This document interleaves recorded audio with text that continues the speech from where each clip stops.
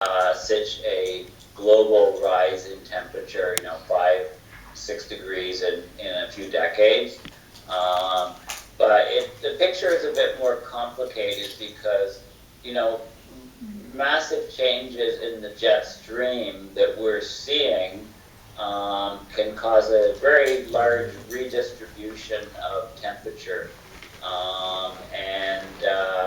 It can kind of be, I think the methane's probably still required, but I think that there can be huge changes locally, like say over Greenland ice cores or over Antarctic ice cores in certain regions that can be, just be due to the jet stream changes. But that methane gas, doesn't that in the atmosphere create the higher temperatures, more damage at a faster rate? The methane, there's definitely more. Since 2007, we've seen a rise in methane in the atmosphere.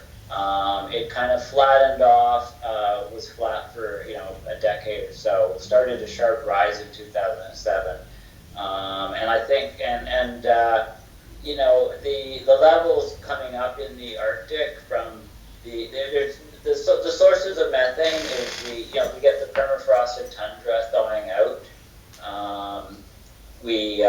Methane that exposes the organic matter. It's broken down by bacteria and so on. And if there's no oxygen available, it's mostly methane that comes out. If it's near the surface and there's in a marsh and there's near the surface some oxygen can get down, then it's CO2 that comes out. But it's generally a mix of CO2 and methane, and the amount of either gas depends on how much oxygen is available. So we're talking about anaerobic or anaerobic decomposition. Mm-hmm. Now, so there's that source, but there's also the methane's also in the sediments on the seafloor. So the seafloor is warming over the eastern Siberian Arctic shelf. The water temperatures have risen, 5-6 degrees Celsius. I'm talking about water temperatures over the seafloor.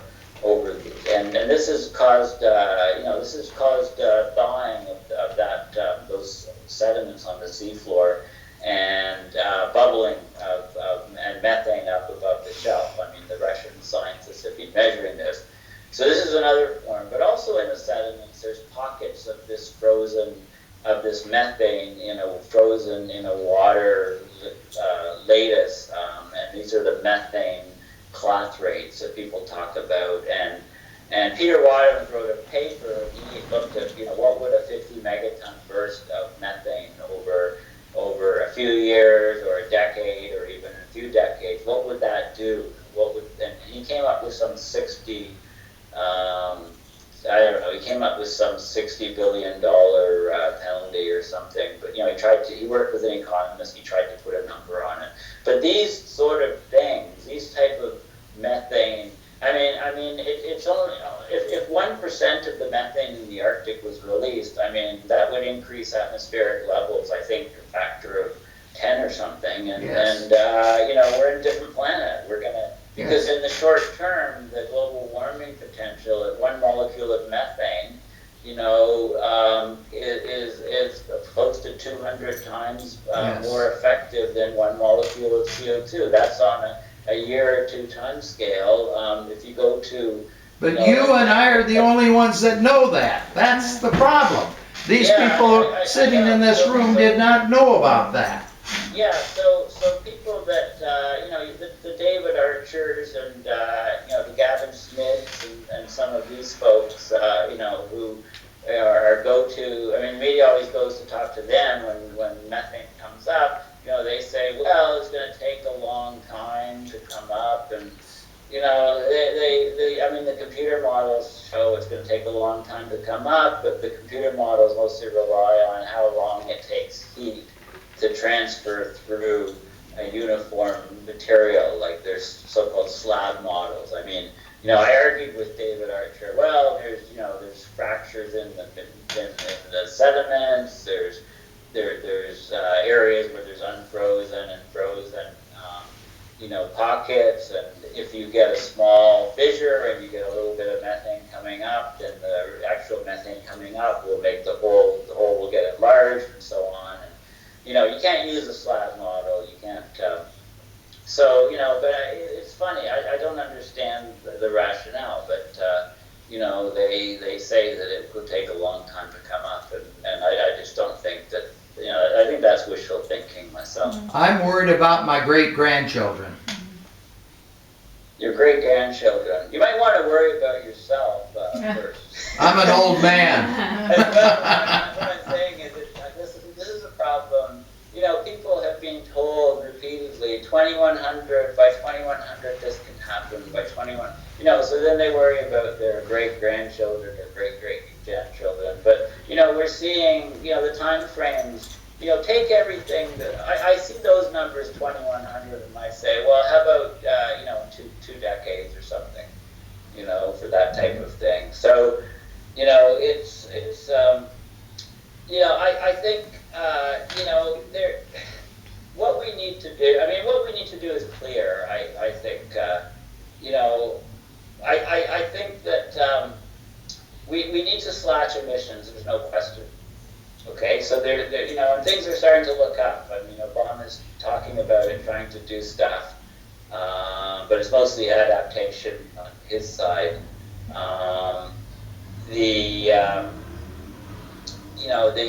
There's divestment from fossil fuel campaigns with 350 now. A lot of the religious community is starting to say, yes, we have to do something. A lot of the university endowments and so on, the students have actually got them to divest from fossil fuels. Things are happening, but it's not nowhere near enough to start reducing emissions. We're getting large increases in renewable energy. We're getting prices of solar and wind plummeting, and we're getting rid of we're using less coal in certain regions, but other regions are using a lot more. In the 70s and the 80s, we had acid rain was the big problem, and we did do something about it here in the United States and stopped using coal with sulfur in it and creating sulfur dioxide in the atmosphere. China right now, I've been there recently, and I see those smokestacks blowing that cold smoke into the air. I'm telling you, this entire planet has to start becoming aware of the carbon dioxide that we're giving off. The plants eat that up and make wood out of it or whatever. We've got to start capturing the carbon dioxide and quit use so that we keep the methane gas captured on this planet and not in the atmosphere. Yes. We need to slash emissions, there's no question, but we need to go do more than that. We need to, if we could figure out a way to remove CO2 from the atmosphere to lower levels back to 350 parts per million, then that will go a long way to constraining the negative effects of climate change. We're still going to have lots of warming because of the built-in nature of the system and the lag time. It takes time for the system. A lot of energy has gone into the oceans, for example, and that's going to be coming out. So, but we need to do that. But, if we have, if the sea ice is going and we have food prices doubling or tripling in, 2 or 3 or 4 year time frame, then we need to seriously, one of the things that Arctic Methane Emergency Group's been talking about for 2 years is, that we have methods perhaps that we could apply to try to cool the Arctic and keep the methane in place. But this is a stopgap. This is not a solution. We have to slash emissions. This is a method. The cooling of the Arctic method. You could Google us and see some of the things I'm talking about. But this is to buy us some time to, if the extreme weather events get completely out of hand, as I think they will. I think that what we're seeing now with the floods and droughts and things is just scratching the surface. I think as the sea ice goes, if it's gone in 2 or 3 years, and I think extreme weather events, the frequency, the intensity, the duration is just going to skyrocket up there. I think we're talking about an order of magnitude increase, ramping up Yes. 10 or 20 times. And then, this will really, really wake people up, you would think, right? I'm afraid it might be too late then. Well, too late for what? When you say too late, what do you mean? Like, okay, so we'll spiral up and we're all going to perish off the planet, or like I guess when too late, is very, it doesn't matter. Like if it's too late or not, we still have to try to do it. We got to start trying. I mean, And we right we now, have to try to do it. I mean, people need the to know. idea of reducing growth. The idea of sustainability, all of those things will be tossed out, and the idea, the meme or whatever will just be survivability. How can we grow our food? How can we get our water? How can we deal with the extreme weather events, right? It'll be survivability. Right, all the university departments that have formed in the last few years for sustainability will become survivability. So Yeah. at least they can reuse some of the letters that they have. Thank you. Let me have some of the other people talk to you here. Sure. Would someone else like to ask him a question, Peter? Are you taking Come on. this? Come on up, Peter. That was great. Hello, sir. Hi, how are you? I'm good. So the methane group that you're part of, can you give a short synopsis of what the projections are for our methane game? Yeah, so it was conference, I guess, when was it? About 2.5 years ago in the UK. A bunch of people there, the scientist and a filmmaker and a medical doctor and, a bunch of retired people. I guess they got tired of playing chess at the, bridge at the local club, and they started worrying about the, methane and the climate and so on. So they had a sort of a kickoff meeting, and I found out about them about a month later because, my thinking was very aligned with theirs, me not even knowing about them. And so basically, it's an email group for the most part. We exchange ideas. We put together presentations. There's a web page, a website, which is not kept up very well. But we mostly exchange ideas. So the view of the Arctic methane, the group, is that we have a huge problem, right? There's no change in the thinking in the last 2 years, 2.5 years. I mean, all these ideas and things were there. What's happened is that in the last 2.5 years, there's been a heck of a lot of change in the climate system in terms of extreme weather events, in terms of melt rates from ice caps. And so the whole premise is that the methane in the Arctic is going to be a problem. Okay? Right, and you spoke about... We get the sea ice going, we get the sea ice melting out, we get the warming accelerating, we get large releases of methane from the Arctic coming up, causing additional warming, and we reach this scenario where we jump up in temperature to a different climate state Right, and very quickly over a decade or two. Right, that's that order of magnitude you're talking about, and the feedback Yes. loops, how they keep feeding Yes. each other and theoretically make these time periods go by much faster. Because I think I heard something that not too long ago that you had said that you were thinking maybe the 2100 or 2070 or something, and it seems like your timeline is coming down. Yes, yeah, I mean, I was talking about, with 2070, I was talking about sea level rise and so on. Like, I think, we're just, we're gambling, really. I mean, we've thrown the precautionary principle, out the window. I mean, we're talking about, up to now, I mean, this has been, the probability, the risk has been hard to assess from things like methane and that, because it was thought that the probability was extremely low of methane coming up. In fact, even in the latest IPCC report, they don't consider methane a big problem. But even if the probability was, the Arctic methane, even if those worries, even if that was like a 1% probability of occurring problem, it changes the entire world. So the risk is the probability times the significance or the effect, right? And if the effect is everything changes, Yeah. right? And even a 1% is, it's saying you need to look at the problem. We need to measure more. We need to have better measurement of methane in the north. We need to, we need to have more collaboration between the scientists. We need to, let the public know what's at stake. I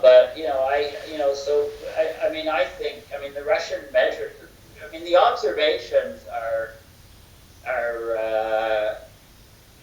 the observations of methane coming up from the eastern Siberian Arctic shelf show large increases in the amount of methane in the size of the area where it's bubbling up from. Right, and that giant hole. Measurements show large amounts of methane coming up, and we know it causes warming. So I haven't done all the calculations, but one of the papers I'm working on would be to look at how much local warming is there in the Arctic because of the methane that's already coming up. I think it's pretty significant.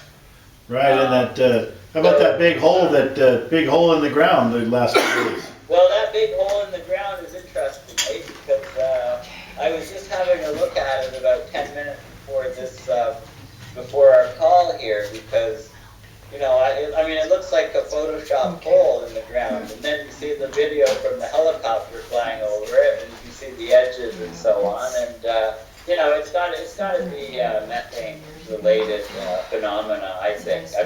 I don't think it's a meteor impact, and I don't think. One of the theories is that it's like this Arctic type of feature where you have a big ice chunk creating a hill, and then the ice expands, it pushes dirt to the side, and then melts and creates a whole like a sinkhole type thing. So it's interesting. There's people there doing measurements. So we know.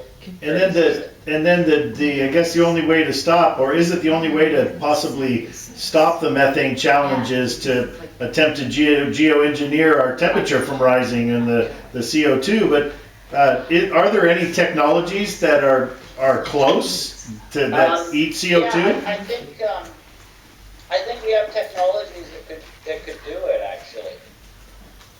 Right? I don't think it's a technology issue. I think it's a political issue. It's recognizing that this is a huge problem and we need to try to do it, right? I think that's the issue. I thought that I did a blog, I don't know, a long time ago, over a year ago. I called it, if you Google anthropogenic Arctic volcano, you'll find my blog.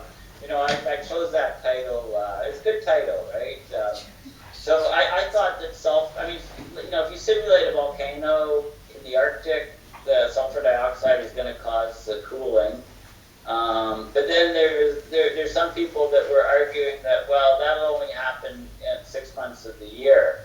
During the winter when it's completely dark there, right, there's no sun coming in there, so all of this extra sulfur dioxide in the atmosphere would actually stop. It would actually stop radiation of energy out to space. So it could actually cause warming in the winter and cooling. It does the cooling in the summer when the sun's there, but it can actually cause warming in the winter. So then Stephen Salter is one of the AMAG people, and he's on the forefront of geoengineering. I think I don't remember if he's at Edinburgh or anyway.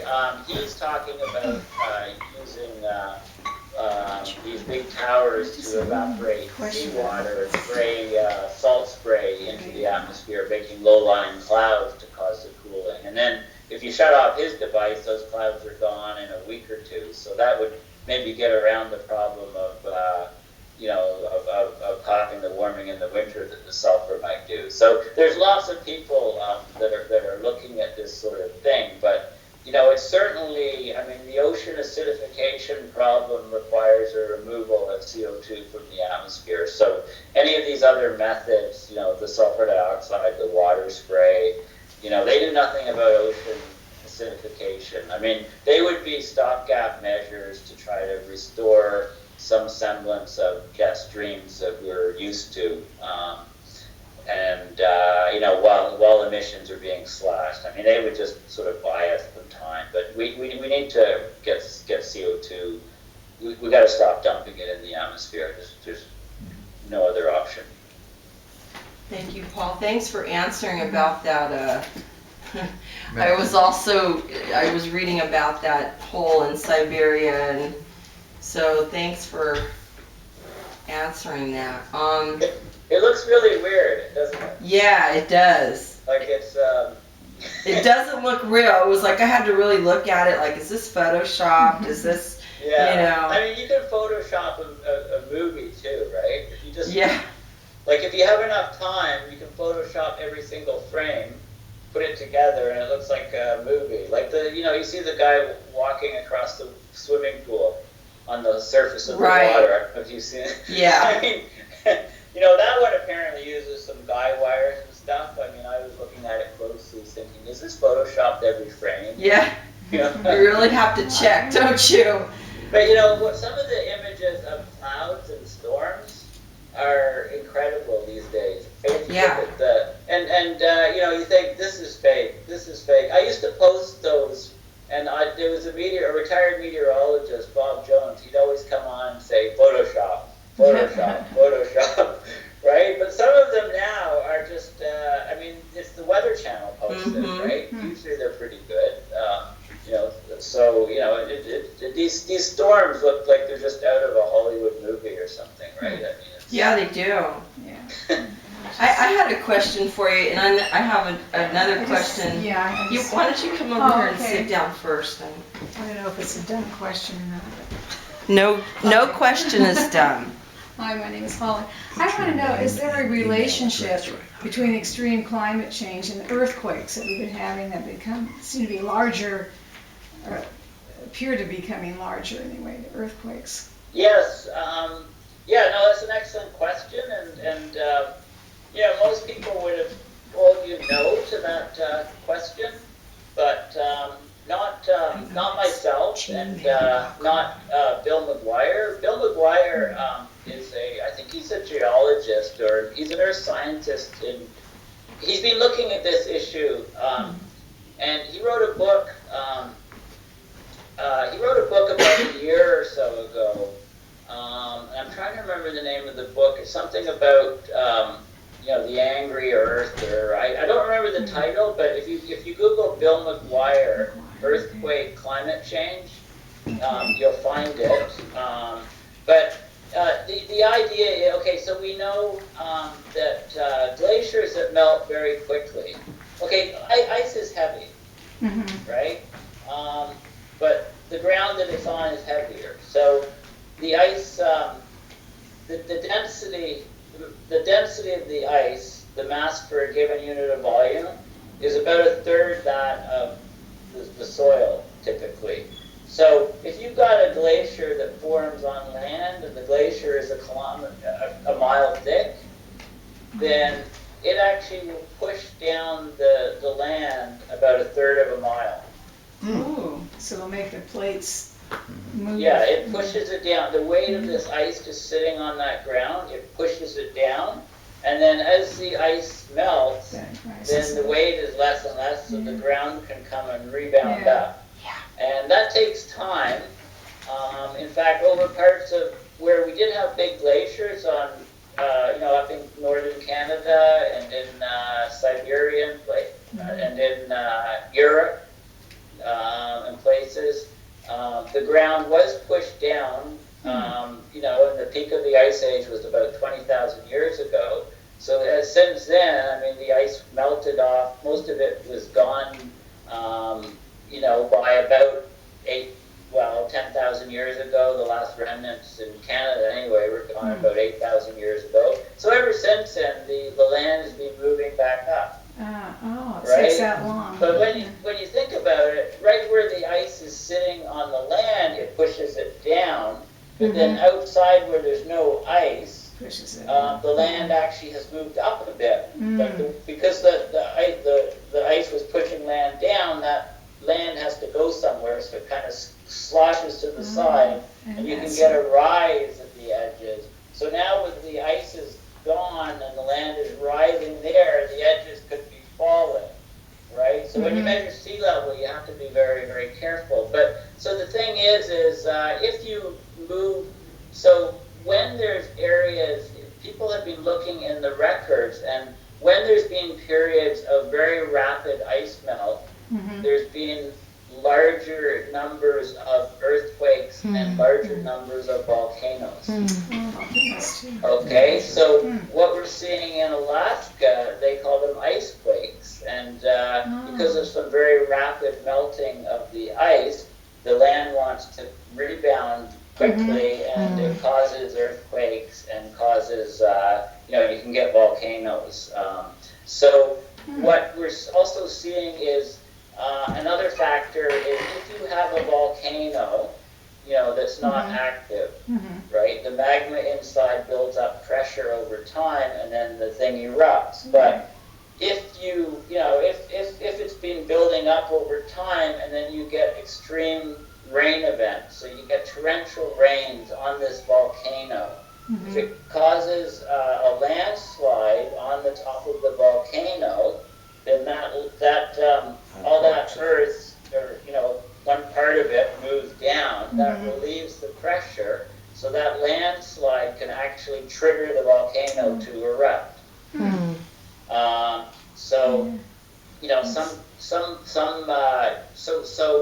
It's interesting because some volcanoes can be triggered by a large movement of earth on the top of the volcano sliding down. So it's all connected. It is. What you have to look at is when you talk about connections and whether one thing affects another thing, you always need to keep in mind the time scale. Okay, because the time scale is very important.